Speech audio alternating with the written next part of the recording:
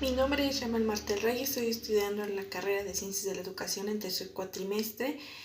Haré la exposición sobre el caso práctico en el alfabetismo y el abandono de la educación indígena en la materia de Historia y Política de la Educación en México. A continuación les explicaré el alfabetismo y el abandono de la educación indígena. La educación en los pueblos indígenas de nuestro país casi no se lleva a cabo porque la mayoría de los habitantes de estos pueblos son analfabetas. Los alumnos indígenas son la parte menos apoyada o orientada y esto causa que la educación indígena presente un número muy grande de deserción educativa. Normalmente se presenta en el primer año de primaria. Les hablaré un poco sobre el artículo 3 de la Constitución Política de los Estados Unidos Mexicanos. En el artículo 3 dice que toda persona tiene derecho a la educación impartida y garantizada.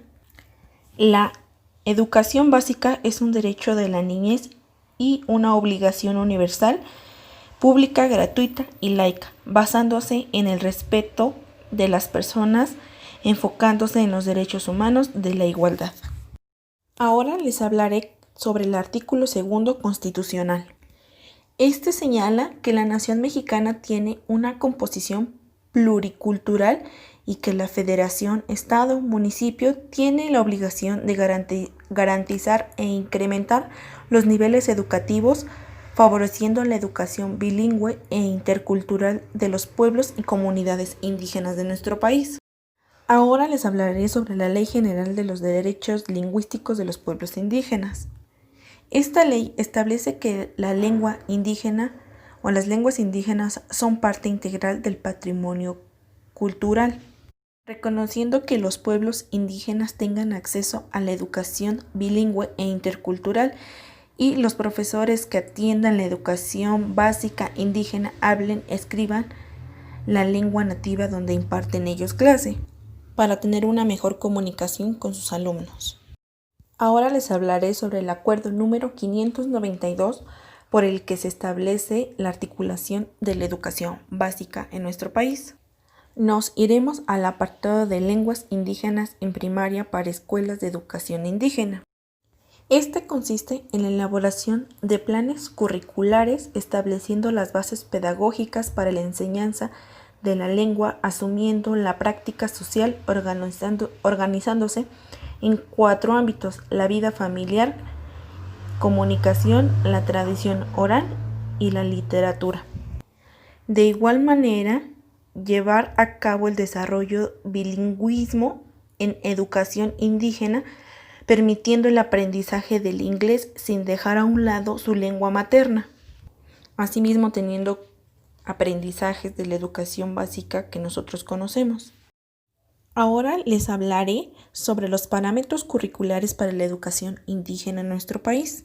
Consiste en incorporar un espacio curricular para que los alumnos analicen, estudien, reflexionen mediante la práctica social en su forma oral y escrita en su vida social.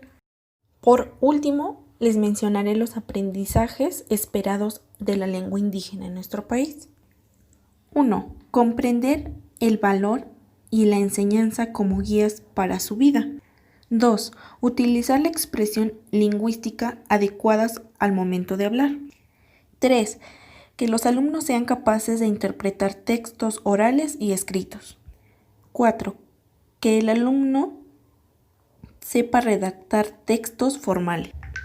5. Que el alumno conozca características de su comunidad. 6. Que el alumno identifique las funciones importantes de su comunidad en la que él vive y se desarrolla. Para concluir con mi exposición de mi caso práctico, mi conclusión sería la posible solución para resolver este caso.